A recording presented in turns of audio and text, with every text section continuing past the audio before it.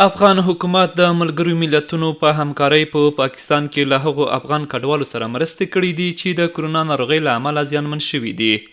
د کډوالو او راستنیدونکو چارو وزارت وایان اسلام الدین جرات چې نن یې په یوه خبري کانفرانس کې خبرې کولې وویل افغان حکومت د ملګرو ملتونو په همکارۍ په پاکستان کې له هرې کډوالې کورنۍ سره 12,000 پاکستانۍ کلدارې مرسته کړې ده او همداراز چین او ترکیې له 3,840 کورنیو سره د غذایي موادو مرسته کړې ده. اقداماتی را که دولت افغانستان در همکاری با کمیساریای عالی سازمان ملل متحد در امور پناهندگان در این ارتباط داشت،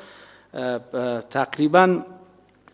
نزدیک به 75,000 خانواده که به شدت تحت تاثیر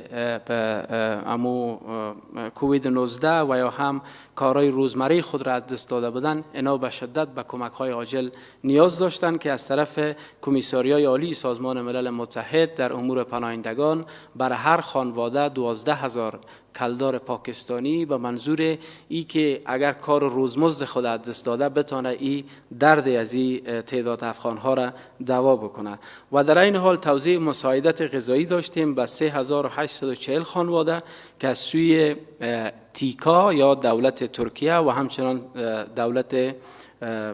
چین صورت گرفته. د کډوالو او راستنیدونکو چارو وزارت په خبره په روان 14 کال کې د جنگ جګړو له امله په هیواد کې دننه 126,800 کسان له خپلو کورونو څخه بېځایه شوي دي. حکومت د نړیوالو ټولنو په همکارۍ له یادو کورنیو سره د مرستې رسولو هڅه کوي.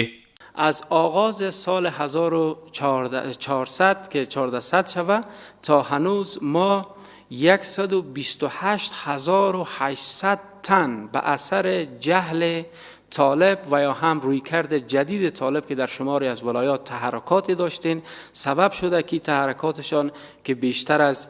128,800 افغان بیجا شود که این بیجا شده ازدیاد ببخشه رقم قبلی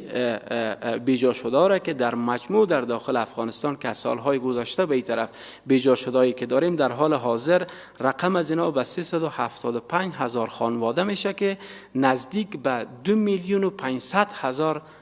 تن بیجا شده را تشکیل میده که در 34 ولایت در حال حاضر ما بیجا شدههای خود داریم. د کډوالو او راستنیدونکو چارو وزارت وایان زیاتوي په هیواد کې ډیری بېځایه شوې کورنۍ د هلمند، کندهار، بدخشان، بغلان، کندوز او فاریاب ولایتونو څخه دي. در حال حاضر بدبختانه در چندین ولایت از جمله ولایاتی را که پیشتر هم نام گرفتم هلمند و قندهار و بدخشان و